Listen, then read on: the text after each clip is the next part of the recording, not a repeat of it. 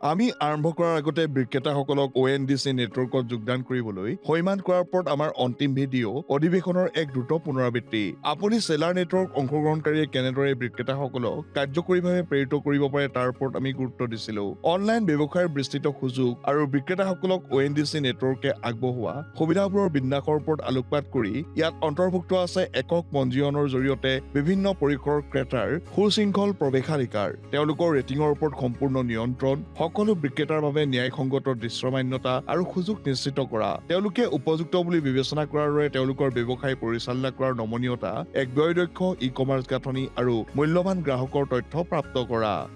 সেয়েহে আপুনি আপোনাৰ সম্ভাৱ্য বিক্ৰেতাসকলক প্ৰেৰিত কৰিছিল আৰু কিছুমানে লগে লগে যোগদান কৰাৰ সিদ্ধান্ত ল'ব পাৰে।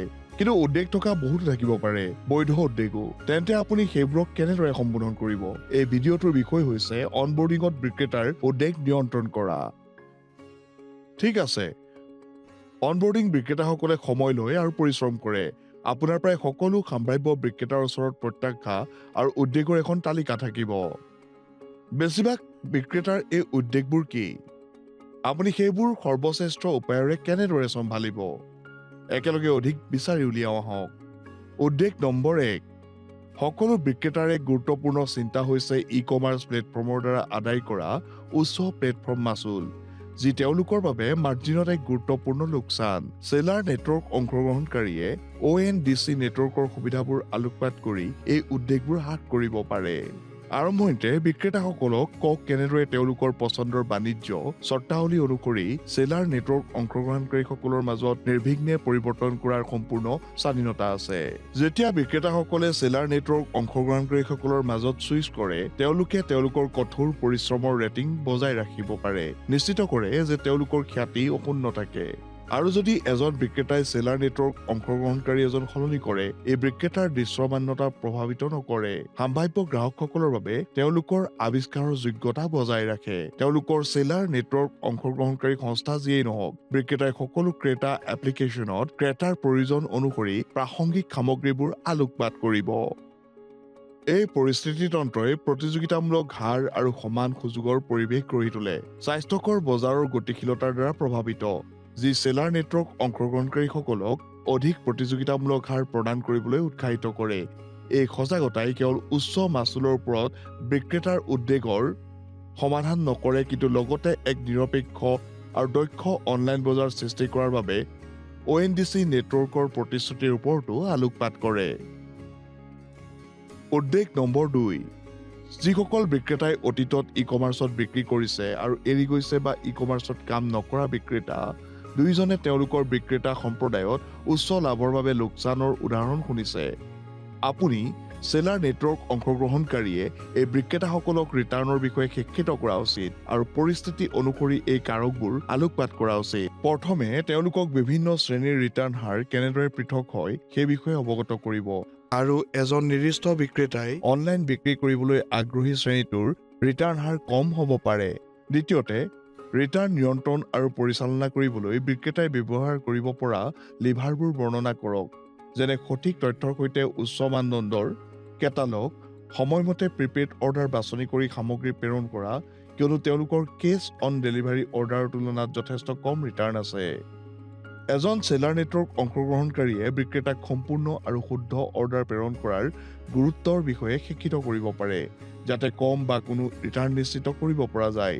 লগতে এজন বিক্ৰেতাই সামগ্ৰী এটা ঘূৰাই দিব পৰা বা ঘূৰাই দিব নোৱাৰাটো বাছনি কৰিব পাৰে। শেষত বিক্ৰেতাসকলে তেওঁলোকৰ মাৰ্জিনলৈ ঘূৰি অহাৰ ব্যয় তৈয়াৰ কৰিব পাৰে, গতিকে তেওঁলোকৰ দ্বাৰা ন্যূনতম বা শূন্য লোকচান হৈছে। উদ্বেগ নম্বৰ 3, অনলাইন বিক্ৰীত বিক্ৰেতাসকলে মুখ্যতঃ তেওঁলোকৰ কাৰ্যকৰী মূলধন দীঘলীয়া সময়ৰ বাবে আবদ্ধ হৈ থকাৰ বিষয়ে চিন্তিত।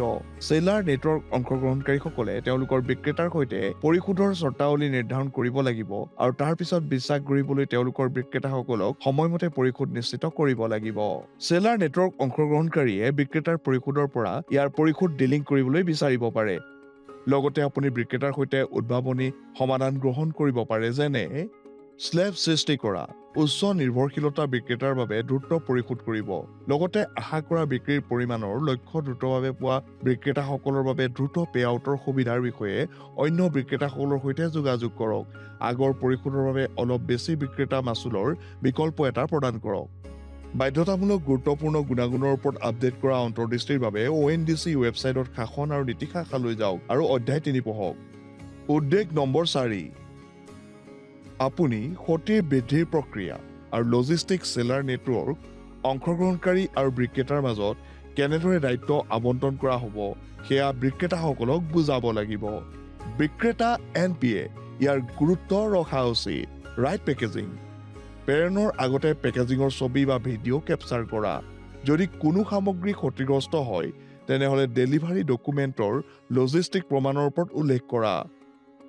নিৰ্ধাৰিত সময়সীমাত সেলাৰ নেটৱৰ্ক অংশগ্ৰহণকাৰীসকললৈ টিকট সংগ্ৰহ কৰা বিক্ৰেতাসকলে বিক্ৰীৰ পৰিমাণ বনাম ক্ষতিৰ শতাংশৰ ঘটনা বুজি পোৱাৰ পিছত সময়ৰ লগে লগে তেওঁলোকৰ মাৰ্জিনৰ ক্ষতিৰ বয় নিৰ্মাণ কৰিব পাৰে কনচাৰ্ণ নম্বৰ 5 এক পৰম্পৰাগত ই-কমাৰ্চ ছেটআপত বিদ্যমান প্লেটফৰ্মবোৰে তেওঁলোকৰ ব্যক্তিগত লেবেল বা বিক্ৰীৰ নিৰ্দিষ্ট বিক্ৰেতালৈ বিক্ৰী কৰিব বিচাৰিব পাৰে ONDC নেটৱৰ্কৰ জৰিয়তে বায়াৰ নেটৱৰ্ক অংশগ্ৰহণকাৰী আৰু সেলাৰ নেটৱৰ্ক অংশগ্ৰহণকাৰীৰ ডিকাপলিঙৰ সৈতে বায়াৰ নেটৱৰ্ক অংশগ্ৰহণকাৰীয়ে সন্ধান ফলাফলত অগ্ৰাধিকাৰ দিব নোৱাৰে ONDC নেটৱৰ্ক নীতিৰ অধীনতো ইয়াক নিষিদ্ধ কৰা হৈছে কনচাৰ্ণ নম্বৰ 6 ONDC নেটৱৰ্কে বিক্ৰেতাসকলক পদোন্নতি প্ৰদান কৰিবলৈ সক্ষম কৰিব আৰু বিক্ৰেতাসকলে তেওঁলোকৰ ব্যৱসায়িক স্বাস্থ্য অনুসৰি মূল্য বিন্দুৰ বিষয়ে সিদ্ধান্ত ল'ব পাৰে সময়ৰ লগে লগে বিভিন্ন ক্ৰেতা এপ্লিকেশ্যনত বিক্ৰেতাৰ বিক্ৰী বৃদ্ধি হয় আৰু পৰিমাণ বৃদ্ধি হোৱাৰ লগে লগে তেওঁলোকে তেওঁলোকৰ যোগানকৰ্তাৰ পৰা উন্নত মূল্যৰ বুজাবুজি কৰিব পাৰে মধ্যৰ পৰা দীৰ্ঘম্যাদী ক্ষমত মাৰ্জিন উন্নত কৰিব পাৰে উদ্বেগ নম্বৰ 7 এজন বিক্ৰেতাই তেওঁলোকৰ সন্ধান ৰেংকিং উন্নত কৰিবলৈ অতিৰিক্ত ব্যয় কৰিব লাগিব নেকি অন্যান্য প্লেটফৰ্মৰ বিপৰীতে ONDC নেটৱৰ্কত প্ৰতিজন বিক্ৰেতাৰ সম্ভাৱ্য গ্ৰাহকসকলৰ বাবে দৃশ্যমান হোৱাৰ সমান সুযোগ আছে কিয়নো বায়াৰ নেটৱৰ্ক অংশগ্ৰহণকাৰীসকলে বিক্ৰেতাসকলক ফিল্টাৰ বা ক্ৰমবদ্ধ কৰিবলৈ ব্যৱহাৰ কৰা যুক্তি প্ৰকাশ কৰিবলৈ বাধ্য সেয়েহে বিক্ৰেতাসকলে সমান দৃশ্যমানতাৰ বাবে বিজ্ঞাপনত বিনিয়োগ কৰাৰ প্ৰয়োজন নাই অৱশ্যে যদি বিক্ৰেতাসকলে এতিয়াও এনে কৰিব বিচাৰে তেওঁলোকৰ ওচৰত যিকোনো ক্ৰেতা এপ্লিকেশ্যনত বিজ্ঞাপন দিয়াৰ বিকল্প আছে ইয়াৰ সৈতে আমি অনবোৰ্ডিঙৰ সময়ত বিক্ৰেতাৰ উদ্বেগবোৰ কেনেদৰে নিয়ন্ত্ৰণ কৰিব লাগে সেই বিষয়ে এই আলোচনাৰ শেষলৈ আহিছো আমি বেছিভাগ বিক্ৰেতাৰ 7টা প্ৰাথমিক উদ্বেগ আৰু আপুনি সেলাৰ নেটৱৰ্ক অংশগ্ৰহণকাৰীয়ে কেনেদৰে তেওঁলোকক সৰ্বশ্ৰেষ্ঠভাৱে সমাধান কৰিব পাৰে উল্লেখ কৰিছো কিন্তু আন কেইবাটাও উদ্বেগ থাকিব পাৰে ইয়াৰ বাবে ONDC সেলাৰ নেটৱৰ্ক অংশগ্ৰহণকাৰীৰ জৰিয়তে বিক্ৰেতাৰ সমস্যা উত্থাপন কৰাৰ বাবে এক সমস্যা আৰু অভিযোগ প্ৰণালীৰ সৃষ্টি কৰিছে এবাৰ আপুনি বিক্ৰেতাসকলক অনবোৰ্ডত ৰাখিলে আৰু তেওঁলোকৰ গুৰুত্বপূৰ্ণ উদ্বেগৰ উত্তৰ দিবলৈ সন্মান কৰাৰ পিছত বিক্ৰেতাৰ পৰা গুৰুত্বপূৰ্ণ বিৱৰণ সংগ্ৰহ কৰাৰ সময় হয় সেয়েহে অনবোৰ্ডিঙৰ প্ৰক্ৰিয়াত নিম্নতম কাৰ্যকৰী প্ৰত্যাহ্বান বা বিলম্ব হয় পৰৱৰ্তী ভিডিঅ'টোত অনবোৰ্ডিঙত বিক্ৰেতাৰ তথ্য সংগ্ৰহ কৰাৰ বিষয়ে অধিক জানক